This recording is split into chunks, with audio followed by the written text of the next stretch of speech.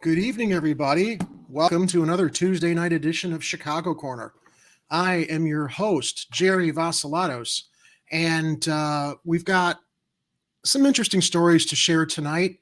One in particular that kind of reaches back to previous history as it relates to CPD.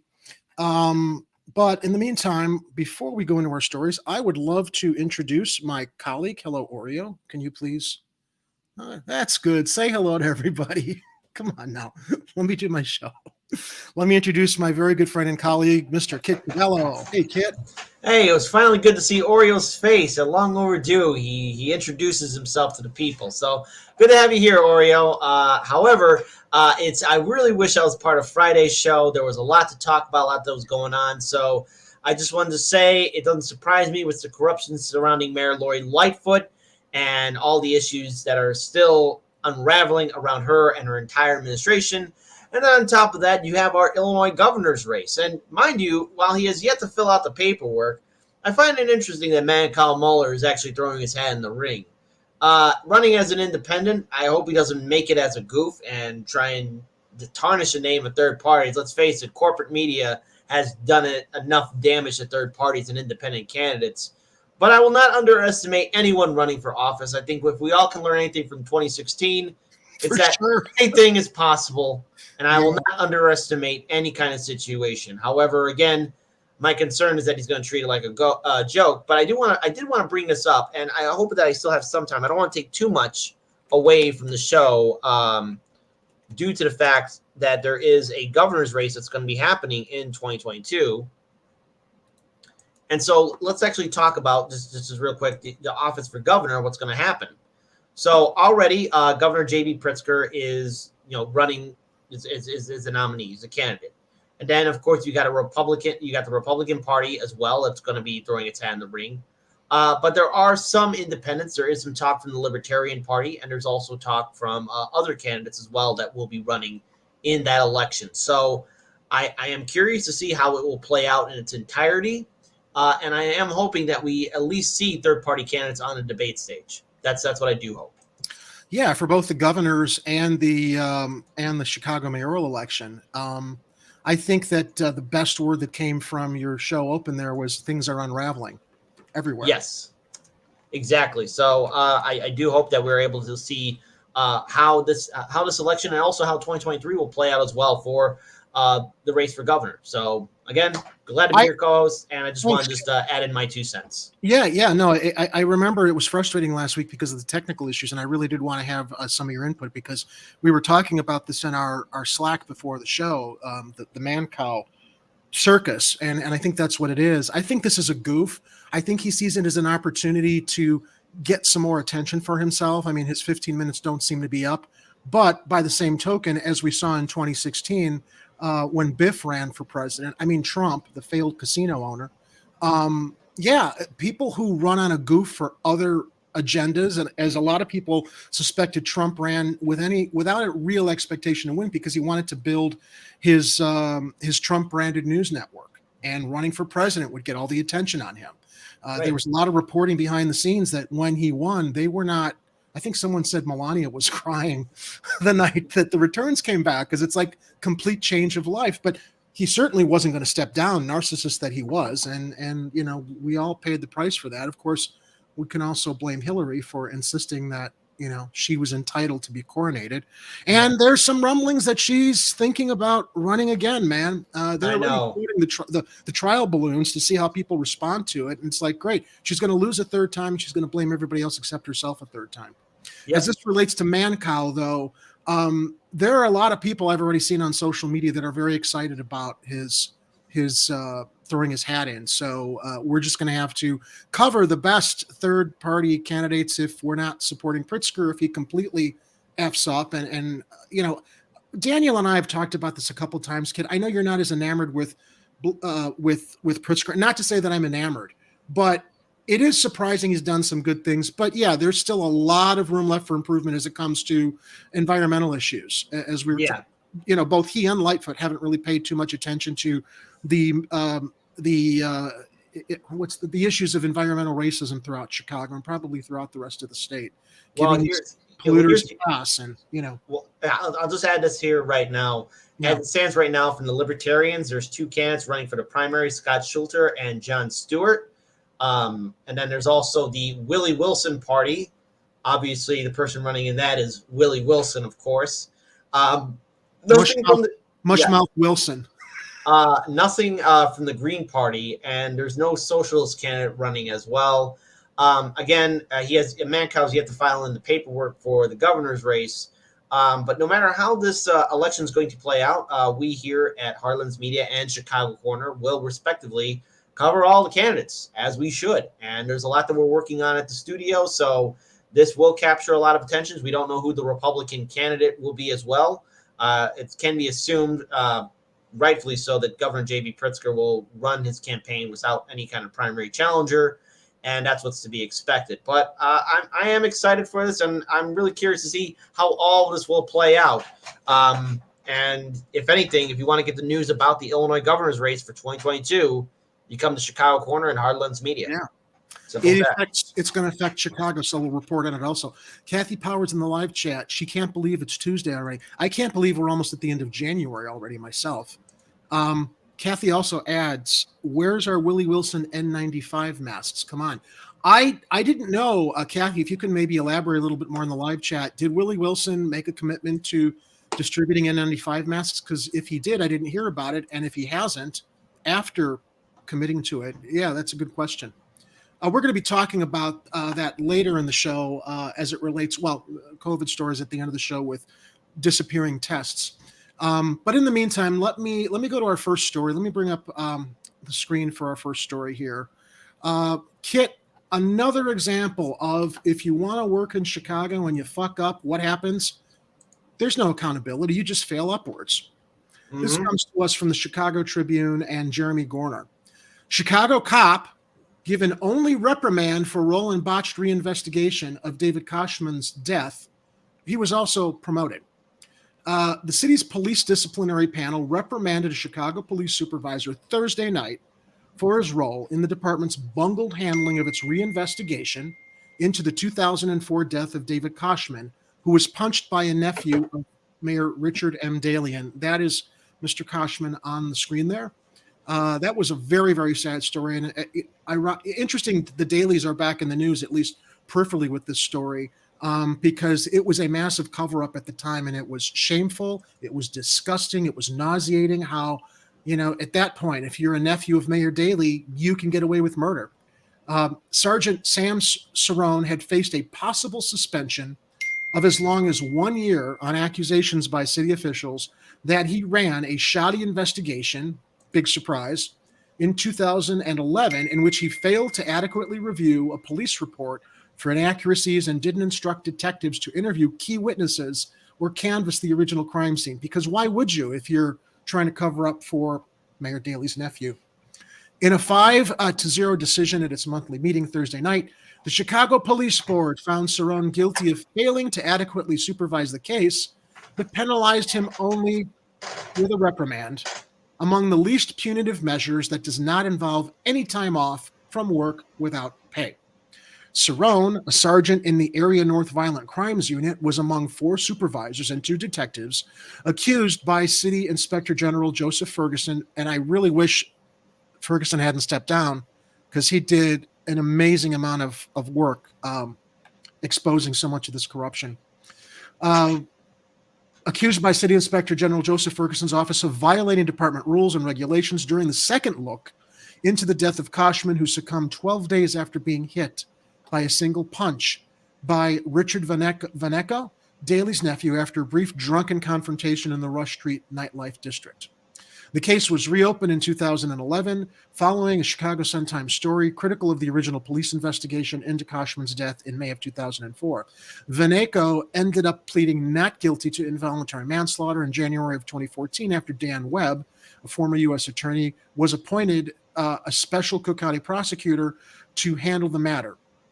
Vaneco, 39, was sentenced to 60 days in jail, followed by 60 days of home confinement and then 2.5 years of probation. He was also required to issue an apology to Koshman's mother, Nancy, and pay her, get it, $20,000 in restitution for killing her son. I am sorry, Vaneko. And, he's like the Daly family didn't have money that they could have siphoned into covering this woman's loss. I mean, not that you can place a monetary value on a life, but the cover-up, the scandal surrounding this should have been more punitive. I'm sorry, Vaneko declared. If I could undo what was done, I would, but I can't. I just want to extend my sincerest apology. Koshman mouthed back the words, thank you. In its 30, talk about gracious, right? In its 30-page decision, the police board members doubted anything useful would have helped the case had Cerrone ensured his detectives canvassed the crime scene and interviewed key witnesses. But the board found it troubling that he did not properly review a police report for inaccuracies. Sergeant Cerrone should have done better, much better, the board wrote. One of the two detectives under Cerrone's supervision, Nicholas Spanos, was suspended for a year in the case, but skipped most of that suspension by using accrued paid leave time. Isn't it wonderful how you've got all these little ins and outs and secret passages to get out of responsibility? James Gilger, the other detective working for Cerrone on the case, left the department before facing any discipline. 3 other supervisors in the reinvestigation have also since left the department, including Area North Lieutenant Dennis Walsh, who allegedly removed the original file on the Koshman case from his office for no legitimate work purpose, according to the report from Ferguson's office. Now, here's this piece of shit, Cerrone. Okay, yeah, I'm swearing. I'm using my potty mouth because that's what he is. He's a piece of shit. And he was promoted to lieutenant. How about that? Cover things up, fail upward. That's the story of politics and corruption here in Chicago. Look at that smug, smarmy look on this bastard's face. Unbelievable. Kit. Well, it doesn't surprise me in a city as corrupt as Chicago. We know that there are ruling fiefdoms, that we've basically perfected feudalism in this city, where, again, the family name matters. It doesn't matter the content of your character. It matters who you are and who you're related to. Yep, exactly. Yep. I mean, but that's in America altogether. Yeah. That whole idea of you pull yourself up by your bootstraps and then we'll judge you accordingly by your character. No. If you're connected, you get the get out of jail card. In America, if you're rich, if you have a good, strong family name, you're a part of the ruling oligarchy, and that's just how it is. And the great lie is that somehow there's justice. And the thing is, there really isn't that much justice. And, don't worry, there's going to be another scandal surrounding some family here in Chicago with a long-lasting name, a legacy name, and that individual will get away with it because there's no justice. The rich can get away, the connected can get away with murder. That's all it is. And there are people that will fight for that system, that will do everything they can to protect that system. Because if they ever had to do their jobs, they probably are unqualified to do so in the first place. I don't know how longer this system's going to be able to stand up, Kit. I mean, with the way that the pandemic has impacted wealth inequality that was already there, our markets, jobs, unemployment, no UBI, no healthcare, and continued exposure of how those in power in the elite just continue to be held to a different set of rules than everybody else. I joke about it a lot when I say pitchforks, torches, guillotines, when, but I don't know, man. We're as Daniel has said, we're witnessing the fall of the American empire, the same way that Rome fell, and we're on our way out, I think, as and maybe not as a superpower, but as a country, and maybe even as a superpower, as we're seeing, things in China and other things on the international stage with other countries dominating economies. And well, here's what's going to happen.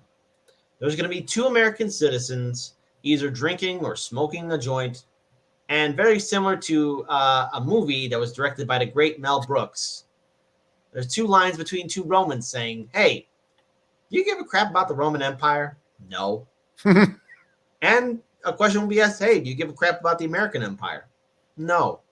What has it done? If we're going to be holding on to past glories, okay, bring up the moon landing, bring up the victories at World War I and World War II, bring up everything, all these great achievements. And we have done a lot of great achievements. But in a pandemic, where millions of Americans are being evicted from their homes, lack of opportunities, lack of economic security, no Medicare for all, no UBI, no Federal Jobs Guarantee Act. We're still doing regime change wars. We're still doing, bailouts for the banks and corporations. What is the incentive of sticking your neck out for a system or a government that won't do jack for you? I mean, AOC right now is recovering from the pandemic. She's got gold-plated healthcare and saying, "Oh my God, it's so sick that people have to return back to work 5 days." Like, she goes pandering to everybody. She's got every, and the squad just pandering, phony sellouts. yeah, and then you have Lightfoot. You have Lightfoot herself, who is a corrupt politician as well, who has again lied on all of her promises, who has been more of a cancer to this city than anything else. At this point in time, look, it doesn't surprise me that there is a lack of justice here in Chicago, and I think it's long overdue that the citizens start speaking out more and start actually, pushing back. How long this thing can last? Maybe for a while, but the thing is, what all these elected officials are going to soon realize is that your populace doesn't give a damn about you. I mean, we mock them. They might mock us from their ivory tower, but they need us more than we need them. And when they do need us, we'll just say, screw you. What are you going to do for me? What will you do for me? And hey, JFK, at this point in time, he asked not what your country can do for you, but what you can do for your country. Well, now it's time for us to ask what our country's going to do for us. We've done enough. We've bled enough. We exhausted ourselves enough. Yeah. The lack of justice. Sorry, JFK. Come up with something else. But anyways, I'm not a fan of John F. Kennedy. I don't want to go on a tangent. That would be an interesting conversation to have some other time, because I didn't know that. I don't like him. Okay. I don't like him. Okay. I don't like John F. Kennedy. There's a lot of commentary that is proliferated the chat now since we first mentioned Willie Wilson regarding cannabis, and this is kind of a sidestep here because it wasn't part of our planned show. But I do want to address some of the comments in the live chat here. Yankee Tanky. I mean, Willie Wilson of all people, should be pushing for legal weed. That's a winning issue, and he has the credibility for it. And Kathy responded, "Yeah, but we do have legal weed in Illinois, but unfortunately, people of color can't own a dispensary or sell it." That was something that we saw happen in City Council. I think it was late last year. It was a big issue, and there was a minority of City Council people who were bringing attention to the fact that, isn't it interesting, now that it's legal, all the rich corporations that want to get in on legal weed, we're getting the licenses, and people who wanted to start small businesses in neighborhoods primarily inhabited by people of color. I got a story for you. Go ahead. I got a story for you. So this wasn't the first one we were invited to. This was the second one. We went to Illinois Women in Cannabis event. This was in 2018. It was Daniel, myself, Myra, and Kira. And we were at this event. It was for Illinois Women in Cannabis, and we were thinking we were going to see, women cannabis owners, but instead we saw the corporations there, like a lot of the cannabis corporations there. Of course. And it was like, oh, and I kind of pulled Kira to the side. I kind of like, hey, if there ain't a whole lot of women-owned cannabis things here. I mean, lack of it. Not saying that there weren't any, but what was dominating all the booths were the big players. Yeah. There. That's something we noticed. And then it also comes down to the cannabis law. Originally, like in Illinois, according to the original piece of legislation, were not to get pushed back by the law enforcement groups and lobby groups that were against cannabis legalization. Illinois, an individual could have grown 5 plants. That is prohibited in the state of Illinois. You can't. Not saying that people aren't growing their own plants, but of course, legally, there was that provision in the bill where a private citizen can grow 5 cannabis plants. That was removed. Yeah. So recreational medicinal use cannabis is available in our state. I would say if I was a governor candidate, I'd probably introduce more freedoms to it. That'd be nice. Yeah. Maybe. TrueDemocracyNow.org mentions police incompetence or criminal behavior as the result of our voting decisions in the last election. Our voting citizens need to be educated in their role that leads to their protests and complaints. Let me bring up that headline screen once more here. The Chicago Tribune reported it as Chicago cop given only reprimand for role in botched investigation of David Koshman's death. Meanwhile, the Tribune reports cop who bungled homicide case involving Daley's nephew promoted to lieutenant. I would say that the headline should have rightfully been Chicago cop given promotion for role in botched reinvestigation of David Koshman's death, because that's what went down here. Agreed. Kathy Powers remarks, now the legal weed is so expensive, it's cheaper to buy it on the street, but you don't know what you're getting. Maybe even fentanyl lacing. Yeah. Doesn't surprise me either. So I'm going to jump into a story I had saved later in the show because someone who is related to the story I was going to report has jumped into the chat. Rosie, my friend Rosie, who says, Mama. Hi, Rosie. Rosie's my friend. That's actually my friend Bethan. And we, not we, I kind of got involved in this peripherally. But before we go on with the regular stories, I want to bring up an image of this little guy because I have a story to share, a Chicago story. He doesn't have a name yet. Well, actually, Bethan named him Beauregard. I'm on the fence on whether he should keep that name. But this little guy, my friend Bethan, happened to go across the street to the Greyhound station, across from where she lives, to get some Diet Cokes from the vending machine. She found a pet carrier in the lobby of the Greyhound station with this little guy in it, all by itself. This little guy was literally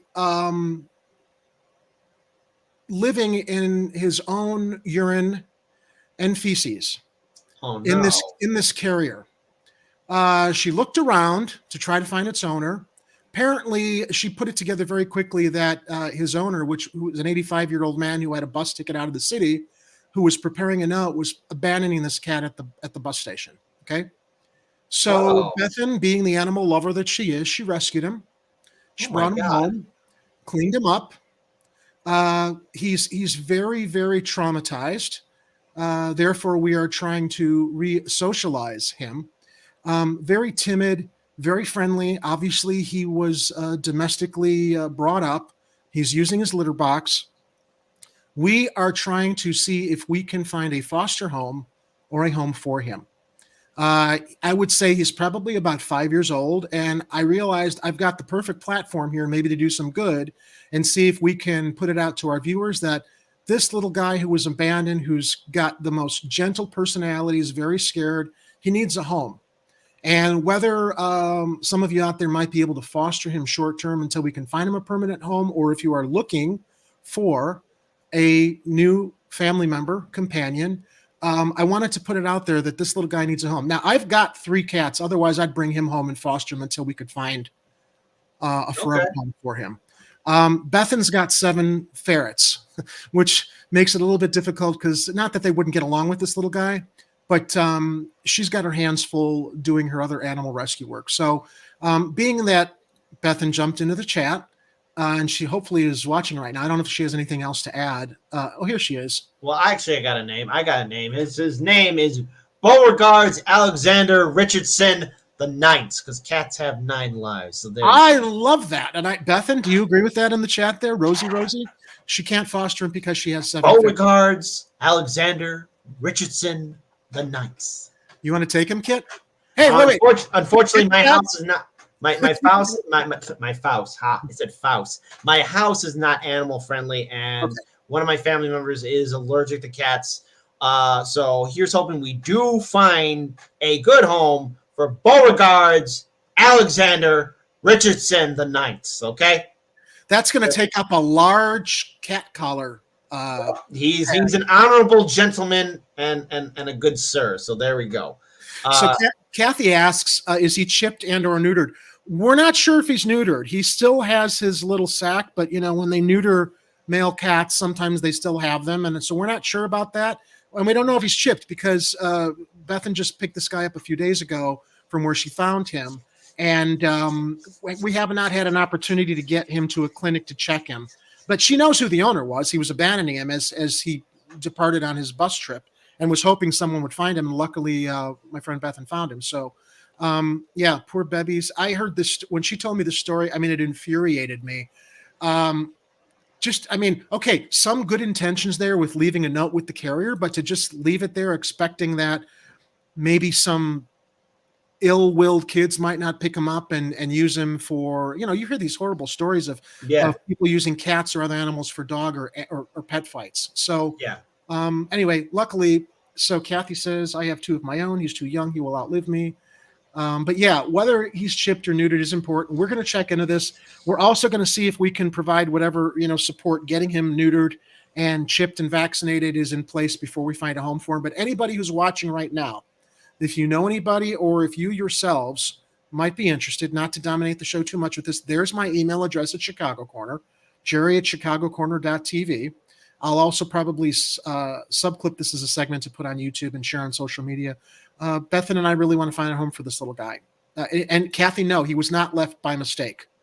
The man, Bethan saw the guy who left the container because he came back and he was making excuses before he got on a bus. And yeah, he didn't leave him by mistake. This wasn't, she picked up the carrier because someone put him down temporarily. So yeah, who knows if maybe the guy who abandoned him had found him and he's already got a chip. Maybe he does have a family. We're going to find that out. But in the meantime, just wanted to put it out there. So here's what she shared. He told me he hadn't eaten in days and kept in the crate for days and had sores on his feet. And given the fact that Bethan literally had to bathe this little guy and clean him up twice in her bathtub because he was doused in his own urine, crying. There's acid and that's just horrible. Wow. So yeah, Nancy, he is beautiful. Beautiful little guy. As far as I can determine from his size, he's probably, I would say, between 4 and 5. But there's the story. If anybody has the wherewithal to help or see if we can find a home for him, even if it's a foster until we can find him a permanent home. Yeah. That's our good deed for the day. There we go. See, who says we don't cover good stories here, huh? Yes. Who says we don't? Now back to terrible news. Unfortunately, terrible news. And to the continuing news that is somewhat related to, it's all related when it comes to crime and bad news here in Chicago. So this story actually broke while I was preparing the show, and let me just play the video as it came to us from Channel 7.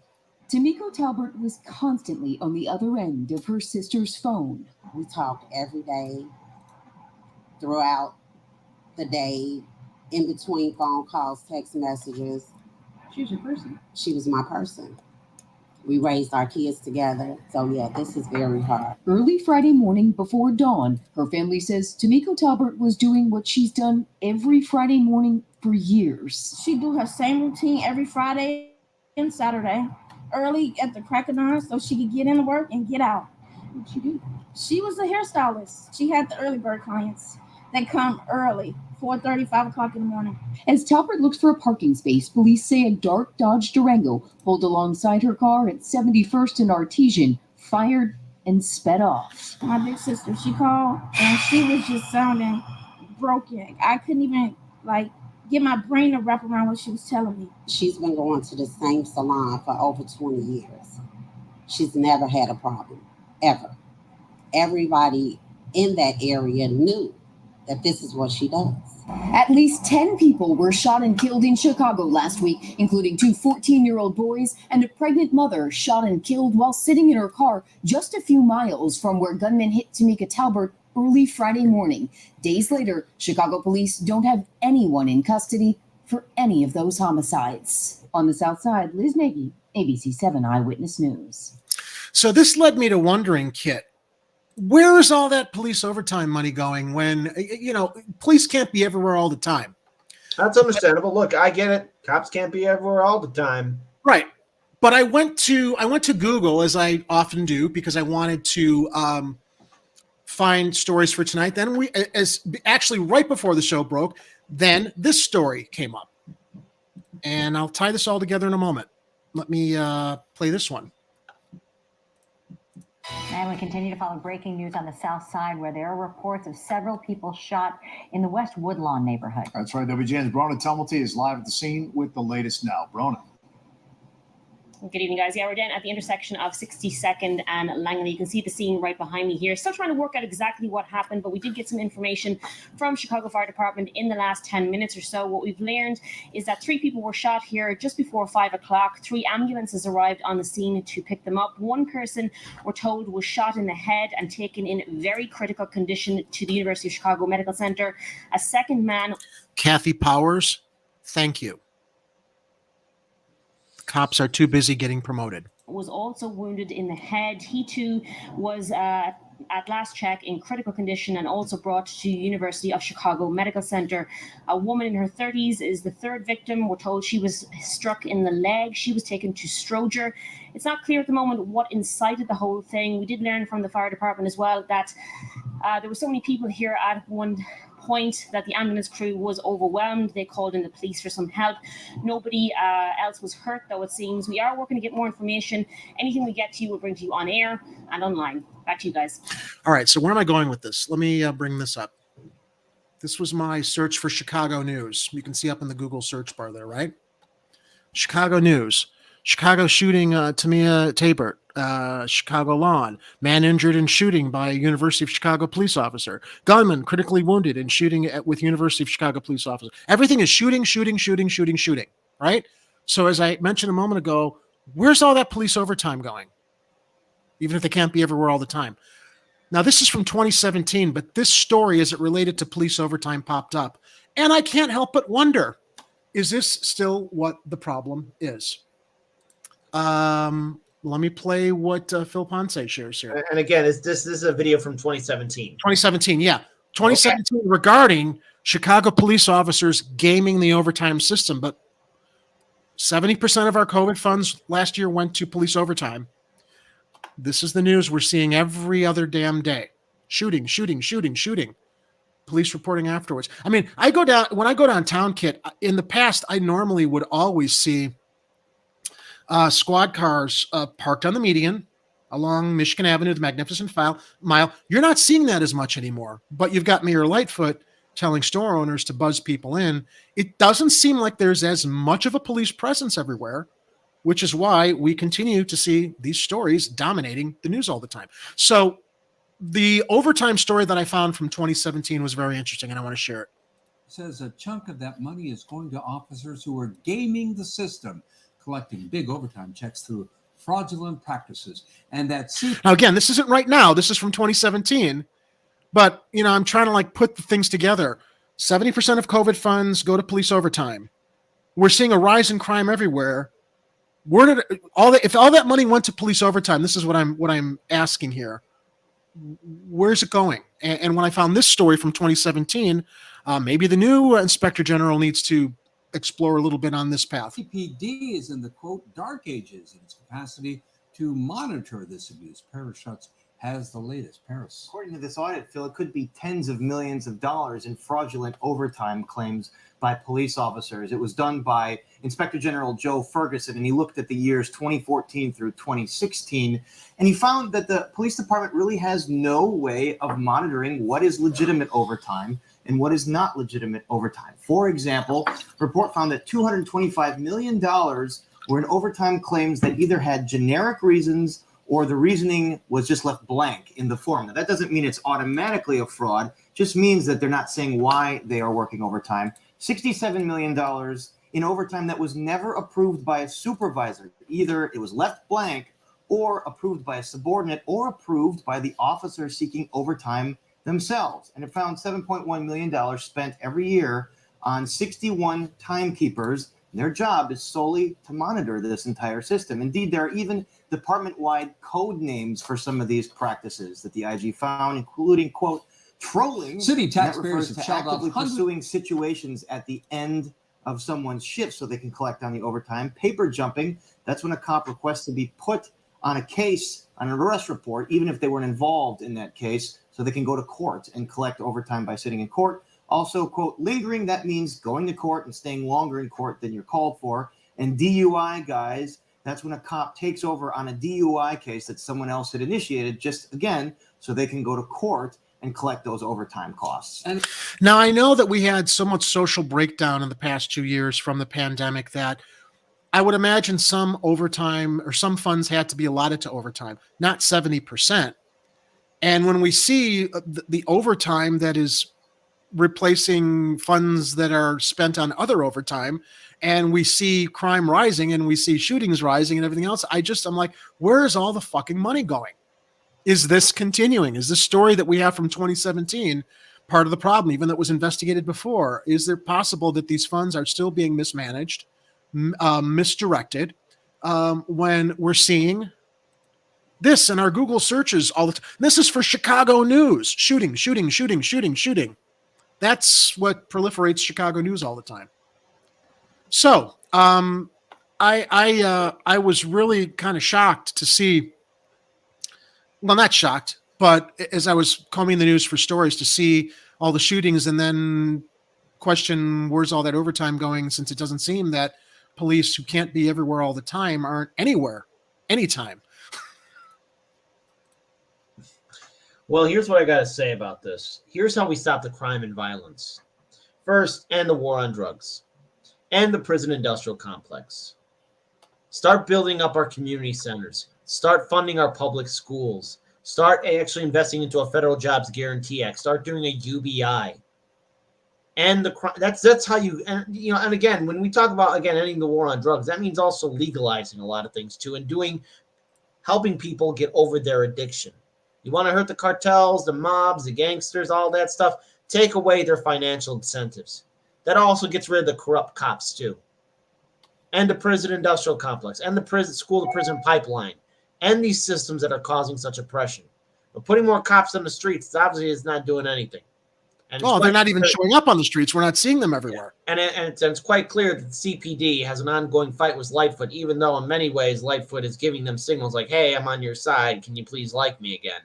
No. And Catanzara has been mobilizing the members of the Fraternal Order of Police against the mayor. So while they're getting all of this overtime, all of this money, all this funding, you've got a police union chief who's using his position as the president of the Fraternal Order of Police as his own little fiefdom, influencing members of his rank and file to not be where they're supposed to be when they're supposed to be, as we're seeing, the rise of violence everywhere. Now, Kathy Powers said I guess she filed a Freedom of Information Act to a Chicago Department of CDPH, that Chicago Department of I think that's what is that, Kathy? CDPH, but about where the COVID money was spent. So, Kathy, I hope that you keep up with us and let us know whether they are forthcoming or not as your application or request for that information progresses. Agreed. Sadly, again, we're dealing with corruption. And look, I'll never forget in 2018, Daniel and I covered at the Exoneration Project 16 black men who were exonerated for crimes they didn't commit, false evidence, false charges put on them by 4 Chicago police officers. You want to know what we learned at the Exoneration Project too, when we were done filming that? Is that there are more cases like what those 16 men went through. So Kathy just clarified. Okay, so the Freedom of Information Act request that she filed was with the Chicago Department of Public Health. See where all the COVID money went, to see how it's all broken down. I mean, I would imagine that some of our news stations and papers here in Chicago should be on that request also. But Kathy is a thorn in a lot of Chicago elites' asses, which is a good thing. When you don't have, as we all should be, when you don't have the more mainstream news stations and papers doing the work to get this information out. All right, moving on to our next story. This is kind of frightening. Add it to the stream. Illinois teacher shortage, which also affects Chicago. Illinois school staffing shortages could persist for years, a new report finds, and this comes to us from Chalk Beach, Chicago. A school staffing crunch in Illinois, exacerbated by the coronavirus pandemic, could stretch into the next few academic years, according to a new report. In a survey of school leaders across the state, 88% of superintendents report a teacher shortage problem, and 77% say the shortage is getting worse. The majority of the school leaders who responded believe the crisis will worsen during the 2023 and 2024 school years. All that pandemic relief money and not a whole lot of it went to the schools or to solve some of these staffing shortages, or PPE and what the schools were requesting to prevent shutdowns that led to remote learning, as we saw 2 weeks ago. The Illinois Association of Regional Superintendents of Schools partnered with Goshen Education Consulting to survey school leaders on the state's teacher shortage crisis over the past 5 years. Superintendents in 660 school districts out of the state's 852 districts responded to this year's survey conducted in the fall of 2021. Across the state, more than 2,000 positions were either unfilled or filled by someone who was not qualified to teach when the survey was conducted. The report found that more than 400 classes in 19% of districts were canceled, and 380 classes in 15% had to go online because schools simply had no one to teach them in person. Mark Kleisner, president of the Illinois Association of Regional Superintendents of Schools, said in an interview on Tuesday that he was surprised to find that school leaders believe that the crisis will remain over the next few years. According to Kleisner, even as the state has received over $7 billion in federal COVID relief funding, it doesn't seem to be enough to turn the tide in this crisis. COVID has made it so difficult that money is not the issue or the discussion, said Kleisner. It's much more about trying to find quality people to provide a worthwhile education for kids, while Mayor Lightfoot turns public opinion against teachers. I added that last part. While all parts of Illinois are struggling with the teacher shortage crisis, rural districts are shouldering a larger burden. The report shows in West Central and East Central Illinois, more than 90% of schools are reporting shortages. School leaders reported their geographical location, salary and benefits, and pension were the top 3 reasons why districts struggle to recruit more teachers. The COVID-19 pandemic also had a large impact on teacher preparation time and worsened the substitute shortage. The survey found more than 90% of school leaders report that the substitute shortage increased over the course of the pandemic. In response to the shortage, 80% of districts said they pulled teachers away from preparing for their classes. The data comes on the heels of the Illinois State Board of Education's annual report, which showed that the number of educators steadily increased over the past 5 years. The state saw an increase of 1,251 more Hispanic teachers and 184 more Black teachers, while the 2020-2021 school year during the 2020 and 2021 school year, but the vast majority of teachers, 82%, are white. The state board is working with 24 colleges and universities throughout the state to recruit and retain teachers of color. The state board is also looking for ways to get more teachers of color to pass the state's licensure exams and has invested money into early career teaching mentoring programs. Before the Omicron surge, the overall teacher vacancy rate in Chicago Public Schools, the state's largest district, was relatively on par with that of previous years at 2.9% as of December 1st. But the data, which shows unfilled permanent positions, obscures sizable COVID disruptions from staff who have contracted the virus and had to call out sick.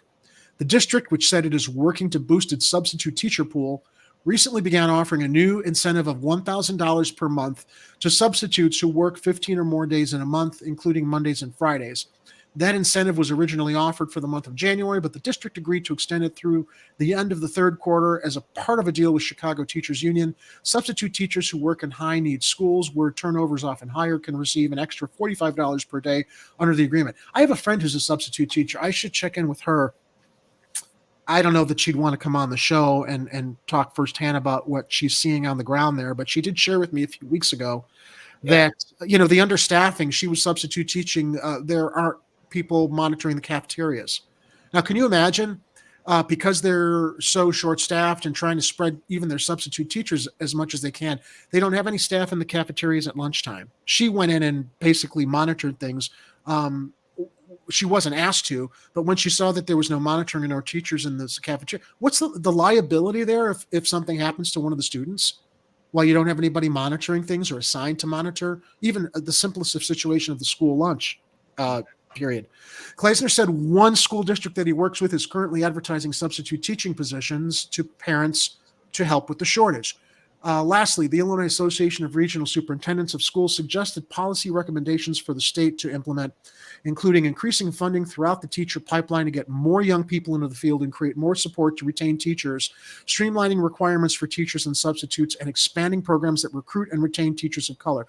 The report also said the state should help schools find more candidates to meet the short-term need for educators. Look, people who commit to teaching are a very rare and very inspirational breed. And, the pandemic notwithstanding, when they are vilified and you've got a public that feels they're overpaid and they're getting all of these benefits, why would people want to teach when it's obviously an uphill battle doing the important good work that these kids need in our school system? And, lastly, at least from my own perspective, if and when Omicron or COVID or this pandemic is long gone, this is going to be the long-term effect of the pandemic as it relates to these staffing shortages. They're going to persist even after the pandemic passes, when it passes, if it passes.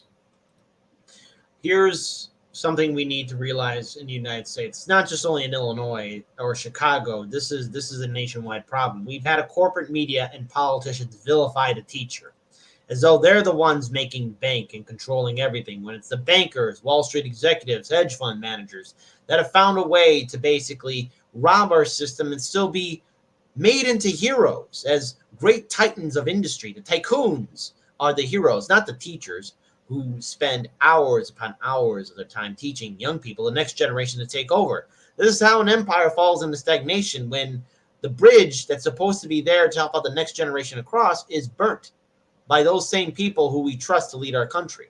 And here in Illinois, again, public schools are enemy number one. They're being underfunded. Here in Chicago, public schools are enemy number one. And let's face it, we do have the resources here in Chicago to fund them, to make sure that they are open, to make sure we have staff. And here's the thing. On social media, I've been seeing this trend where you're seeing people who were once teachers or substitute teachers saying, today's my last day here. We covered on Hard Lens Media how millions of Americans are quitting their jobs looking for greener pastures. That same thing's going to go to teachers too. There's only so much stress and abuse a person can go through. And look, what I mean by abuse is that you have a system where the teachers have to buy the school supplies. The teachers got to buy the books. The teachers got to buy the cleaning stuff. The teachers got to do this and that and so much. All that's responsible. And then they have to take care of these large classrooms of 30 to 60 students. How can they do, again, there are teachers that can. Vast majority, they're up against the wall. And with this school system being overwhelmed as it is, it's quite clear that one of the gears that's falling off right now of this machine of our empire that's heading into stagnation and eventual decline and disillusion is our education. We're not going to train up the next generation. We're going to be drastically far behind the European Union, China, Japan, Russia, and all these other countries. Now, again, I'm not saying that they are perfect. There's no such thing as perfect, but we are not in the top 10. And that says a lot about the richest country in the world. So to the public school teachers here in the state of Illinois and even in the city of Chicago, good luck. You have a government and system that's going to abandon you. Yeah. And it's reasonable. It's not unreasonable. It's reasonable to see people quit their jobs, not only just teachers, but if you're in an irrational environment where you're dealing with mental and emotional abuse and financial instability, and there's a lack of concern, well, then it's rational for someone to leave an irrational environment. It's rational for someone to say, I only can do so much. They are, after all, only human. I still can't believe how the onus of, or the burden of purchasing school supplies for the classrooms is put on the shoulders of the teachers. I remember going into a Staples, I want to say it was at the beginning of the pandemic or before things got, well, no, it was during the pandemic. A teacher was trying to use coupons in Staples because she had to gather all her supplies for the students. And she identified herself as a teacher at the counter. And the guy at the counter wasn't allowing her to use the coupons. There was some screw up with the coupons. And Kit, this woman, this teacher, literally started crying because she was trying to do the best she could with the resources she had. And myself and another person in line behind her said, look, we'll help you cover, the difference in the cost here, since these fuckers at Staples who can afford to grant whatever the coupons were that she misunderstood to allow her to gather what she needed for her students. And she didn't want to, I think out of her own sense of pride, she didn't want to accept our help, and she left the store, I guess, to go somewhere else. But it just blew me away that teachers are still burdened with this, and you know that in this particular situation, the store couldn't even like help her out a little bit because, you know, there's that whole profit motive thing.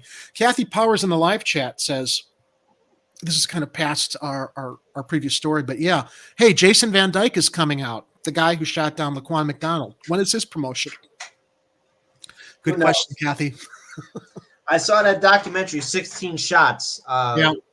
I saw it. Yeah, it was interesting. There's some criticisms here and there, but for the most part, I mean, it's a hell of a documentary to see. I urge everyone to check it out. Where is it being streamed? Is it on one of I think it's a Lifetime channel? Okay. Showtime. Okay. Showtime documentary. Check it out. Going through the live chat here, Eric Tino Diaz says homeschooling is becoming more popular now more than ever. The parents have seen the writing on the wall. AG says if the people are not going to fight the government for school funding, then teachers have no choice. Nancy K. It is said everyone will eventually get COVID. We cannot socially distance children until they are 18 and free to move on. Anyway, so moving on to our next story, which is second to last story. Let me pull it up here. This is regarding what I mentioned earlier with COVID testing. This comes from Block Club Chicago. Kelly Bauer, COVID tests seem to vanish just when Chicagoans needed them the most. Again, COVID funds in, police overtime, nothing left for all this other stuff. Despite officials predicting surges for months, these COVID tests are disappearing that I would imagine funding should have helped pay for. As Omicron cases surged, Chicagoans were told by officials to get tested for COVID-19 with few government-run testing sites. They turned to questionable for-profit pop-up sites they don't trust. And we reported on this last week. And this is a story that was updated today, though. I'm not going to go into the pop-up clinics because we examined how those pop-up clinics that were never licensed are being shut down because the owners of that particular business is spending all the money that they got for operating these clinics for sports cars. Many who tested at pop-ups are questioning if they got accurate results and wondering where they can go for trusted testing. Some have said they're frustrated the government hasn't done more to provide legitimate testing options, stockpiling test supplies, and shut down bad actors. They should have seen this coming, said Scott Smith of Wicker Park. There's few testing sites available. They're crude at best, and so it leaves everybody stranded. I mean, I don't know what people are supposed to do. The federal government has promised to send 5 million at-home tests to Americans who request them, but those tests won't arrive until the end of January at the earliest. Many spots, including Chicago, are expected to already be coming down from their Omicron peaks by then. The city has shut down many of the testing sites it once ran, while the state has one site in the city. Those closures happened even as officials locally and nationally said they expected to see more COVID-19 surges this fall and winter. Meeting the surging demand for testing is a nationwide challenge and not unique to Chicago, a city health official department spokesman said. Testing alone will not stop the spread of the virus. The best way to lower your risk of getting and spreading COVID-19 is to get vaccinated, blah, blah, blah. We know. Of course, in an interview last week, Vice President Kamala Harris repeated the president's call, urging people to do a Google search. Oh, here it was. Google it. I think you guys reported on this over at Hardlands Media last week, didn't you? The president's response to everybody to Google it. January 4th, as Americans were still scrambling to find tests and COVID-19 case rates were hitting record levels, Sleepy Joe urged people to do a Google search of COVID tests near me to find a spot. In an interview last week, Vice President Kamala Harris repeated the president's call. If you want to figure out how to get across town to some restaurant you heard is great, you usually do Google to figure out where it is. Harris cackled. Harris said. So that's simply about giving people, right, a mechanism by which they can locate something that they need, something that can help them. I know it's not a good Kamala Harris imitation, but I tried. Many did just that and were directed to pop-ups whose legitimacy they now question. Trevin Cox of Logan Square and his partner were exposed to someone with COVID-19 right before Christmas and wanted to get tested, but every place he looked at seemed to be booked. He did an online search to find whatever COVID-19 testing option was closest to him. That led Cox and his partner to a Center for COVID Control pop-up on December 23rd. Cox and his partner had been exposed. Okay, so the pop-ups rapid results came back negative. The two kept feeling sick and developed a fever and other symptoms, so they went to another pop-up for a PCR test and another rapid test, both of which also came back negative, Cox said.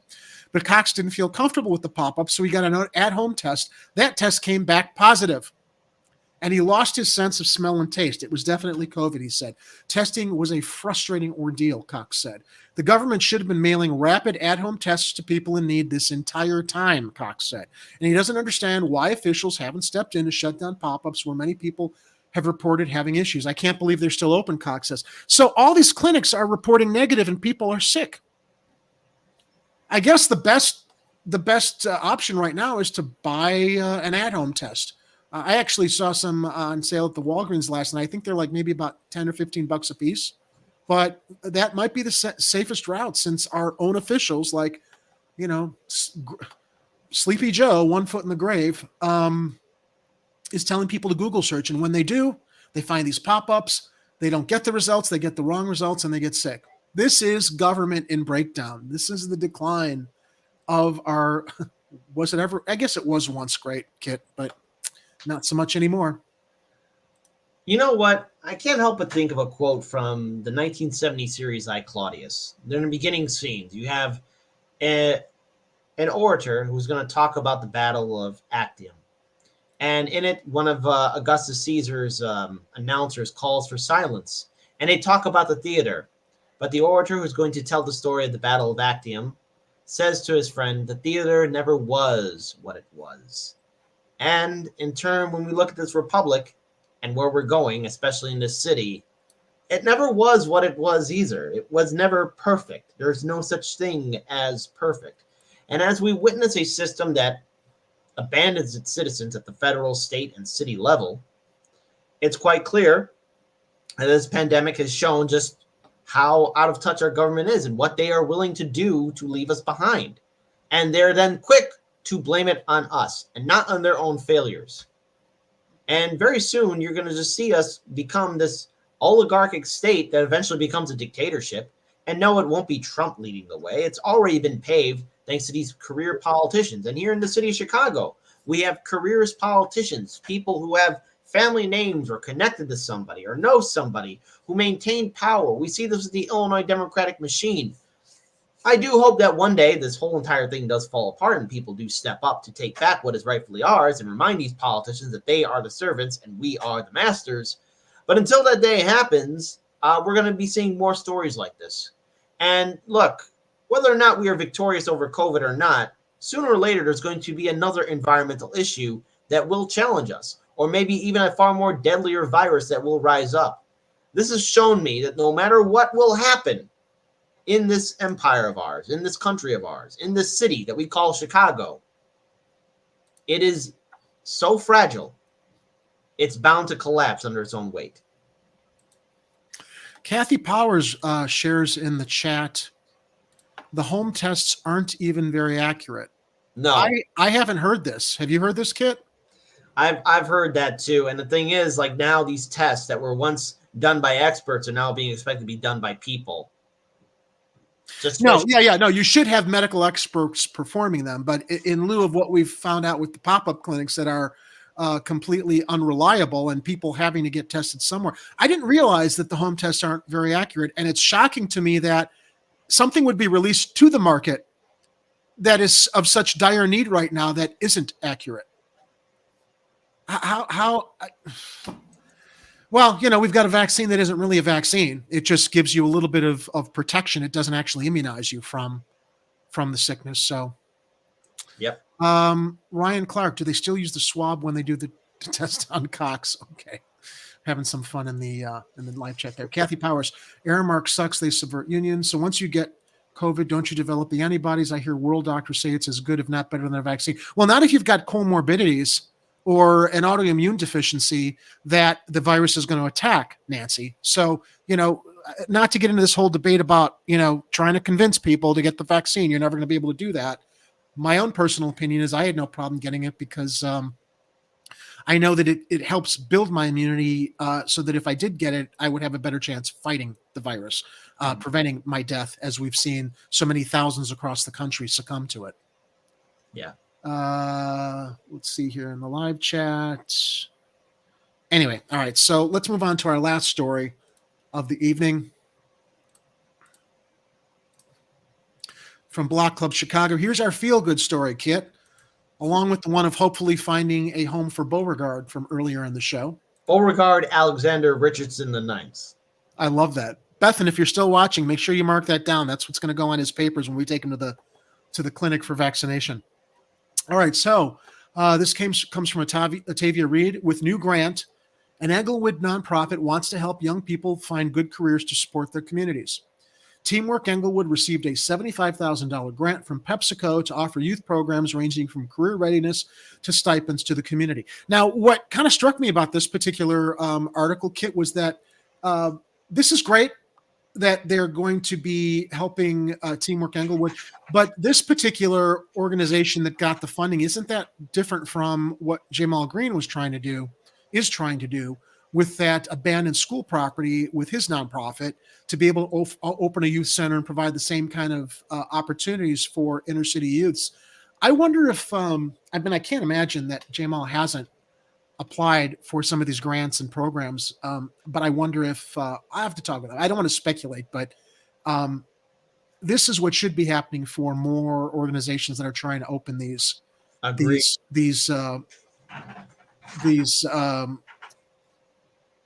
youth program locations.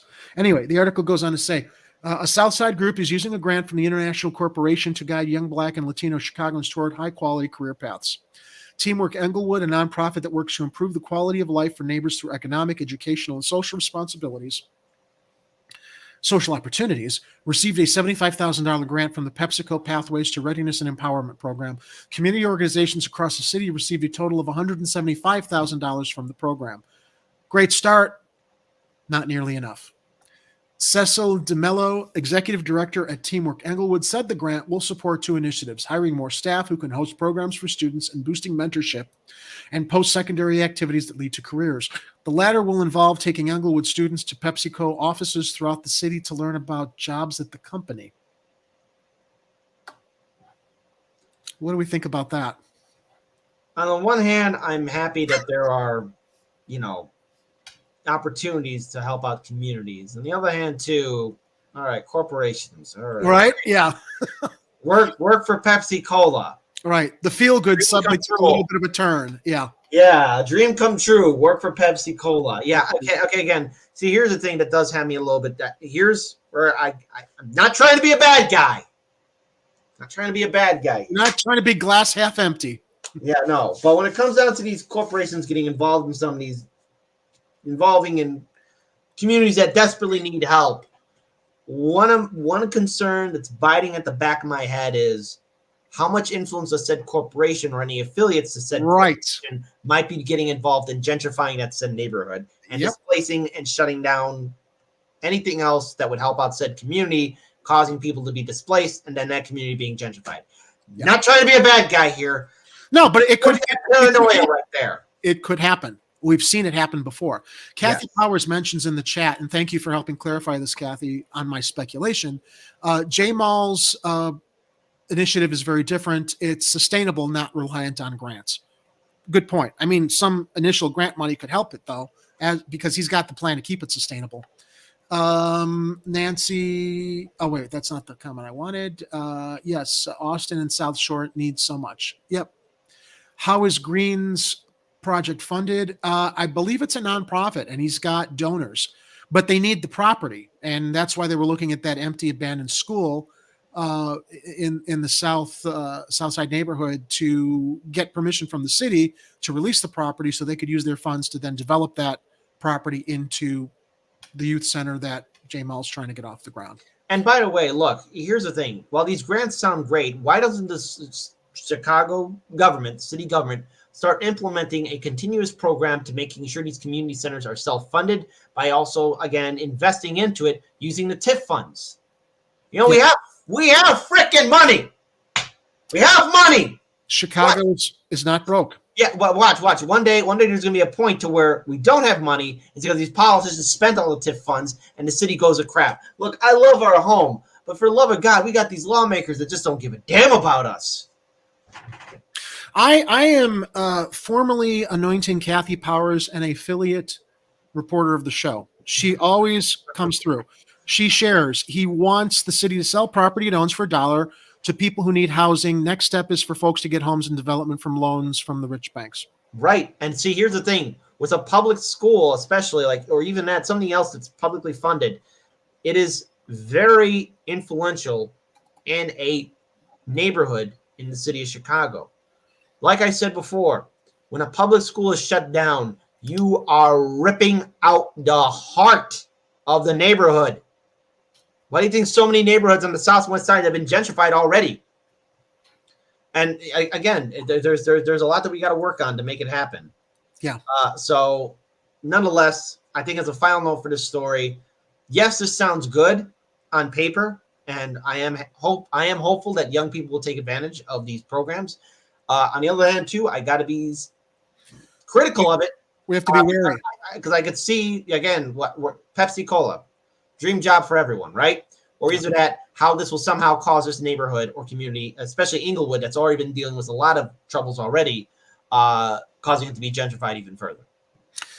Continuing with the article really quickly to wrap it up, youth in Black and Latinx communities don't always have people in their families and in their networks that show different types of diverse career paths for our communities, DeMello said. This opportunity with Pepsi highlights all of these different career paths within one industry, and that's why I've been really appreciative of this collaboration.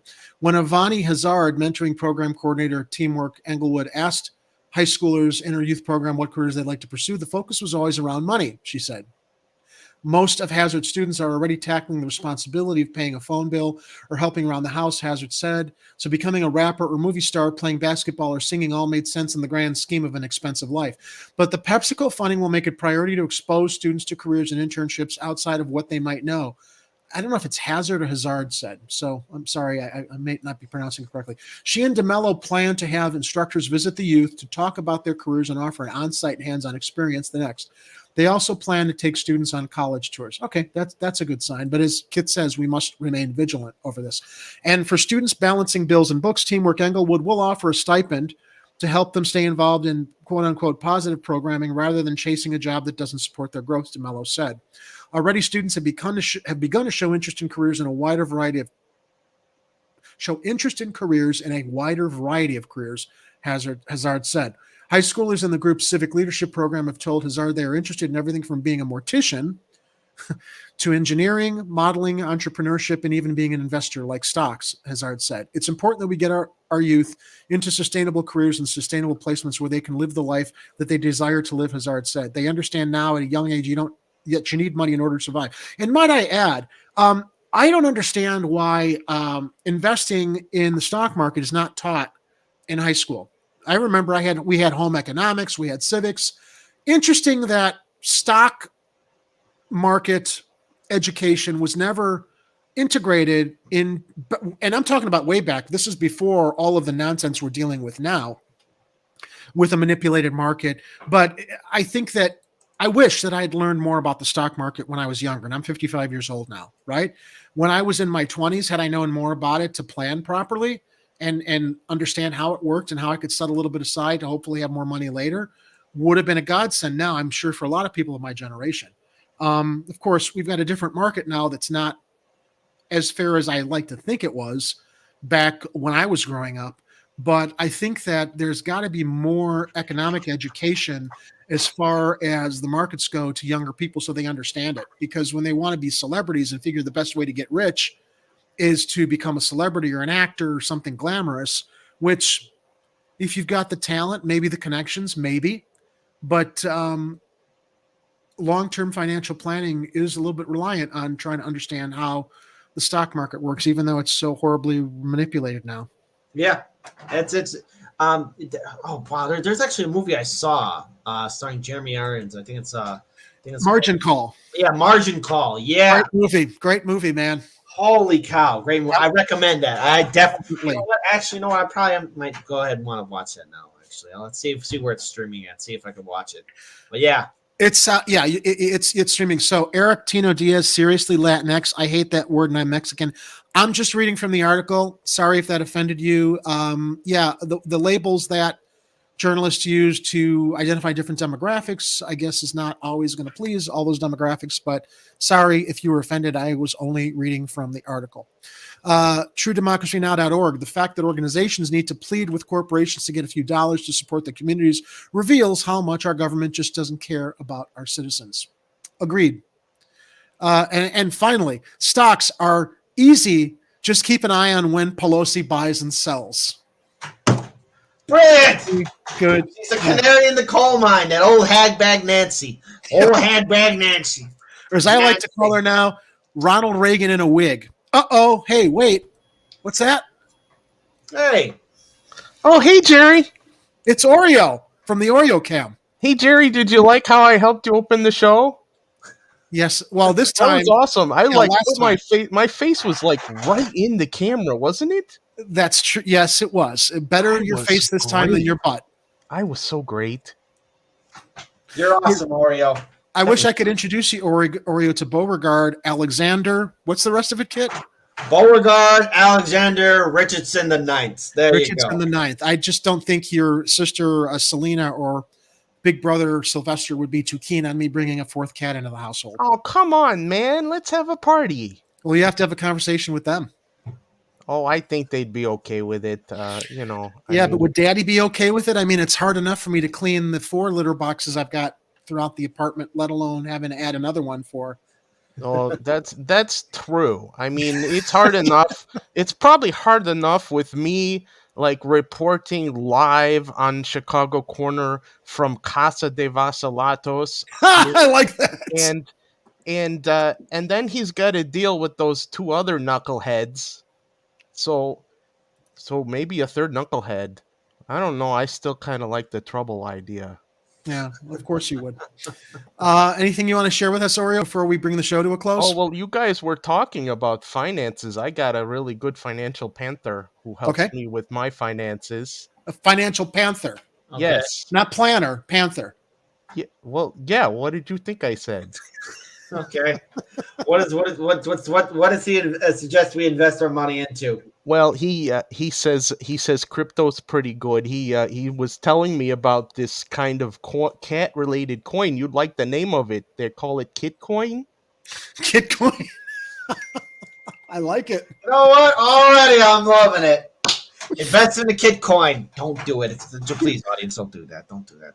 Now, Oreo, though, what about all the concerns that if the meme stocks blow up and all these hedge funds have to liquidate their positions, they're going to be selling their cryptos as well as positions in other big companies that they've got money in to cover their short positions. I know crypto's been kind of up and down. Well, that's not my problem. That's their problem. We're going to have Oreo on more in the future for financial planning tips. Financial at the end of the show. Financial. Oh, That means I should probably come up with some, huh? Yeah, you probably should, buddy. Okay. Here's tip number 1, right off of the top of my cat brain. Tip 1 is to make sure that you have money. Because if you don't have money, that's hard to do stuff. Let's see. Cassie Power says, I wonder if Lori will accept Kitcoin donations to her campaign. For all the emails. There'll be probably a picture of me just because if she gets she'll get an exclusive NFT /Bitcoin from me where it's just like, you're lying. Are you getting barraged with Lori's begging emails all the time, Kit? No, thank goodness. I'm getting them a lot. I'm just laughing. I mean, somehow I got on a mail list and I'm getting bugged by her and Nancy Pelosi because Lightfoot and Pelosi and the Democratic Party have got to beg for money because they just don't have enough from their corporate donors. Yes, Eric Tino Diaz, we are both apes. I have most of my not a financial advice. This is not financial advice. It's purely for entertainment purposes only. But yeah, I've got most of my main position in AMC stock also, and we've seen how the market has been completely manipulated for the past year while the SEC turns a blind eye. Or I'm wondering if the SEC and the Fed are basically preparing for the meltdown that's going to happen if this squeeze happens, because it's going to ripple and probably tank the rest of the market. Yeah, the whole economy is going to crash. Yeah. Because they allowed these few hedge funds to manipulate the system for so long for their own gain until retail investors figured out how to fight back and maybe generate some life-changing wealth. So Kathy Powers unsubscribed from Lori Lightfoot's and at work, but she's still getting stuff from the Donald. They amuse me. Yeah, me too. And finally, AMC, we ain't leaving. Absolutely. Well, listen, sir and Kitty, I want to thank you for joining me tonight for our Tuesday night edition. Kit, anything else you want to share before we bring the show to a close happening over at HLM? Yeah, so here's what's happening at the 99 Perspective Studio. As it stands, we will be returning back to the show there. Daniel and FaZe and our other editor, Josh, have really put in a lot of work getting the system to work. It's been an uphill fight, so everyone, please just give a shout out to FaZe, shout out to Daniel, shout out to Josh, who have been really working hard in getting our system back online. We know that a lot of people have been saying, hey, there's some issues with sound, with everything that's being presented, and hopefully we fixed most of the problems, or they have fixed most of the problems. So we'll be there tomorrow. I'll be there tomorrow to see how things go.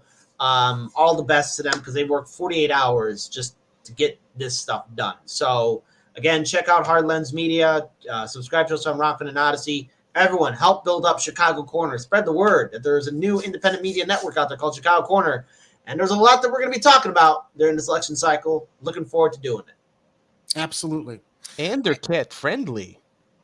Yes, we are. We are very cat friendly. Speaking of, before we bring the show to a close, one more time, we need to find a home for Beauregard Alexander Richardson IX. So if you are looking for a new family member, a little kitty family member to add to your family, or you know someone who might be looking for a cat, or even if you can short-term foster this little guy, because unfortunately I can't take him in, and my other friend, my friend Bethan, who found this little guy, is overwhelmed with the 7 ferrets she has. Please send an email to Jerry at chicagocorner.tv, and I would like to see if I can vet someone appropriate to give this little guy a forever home.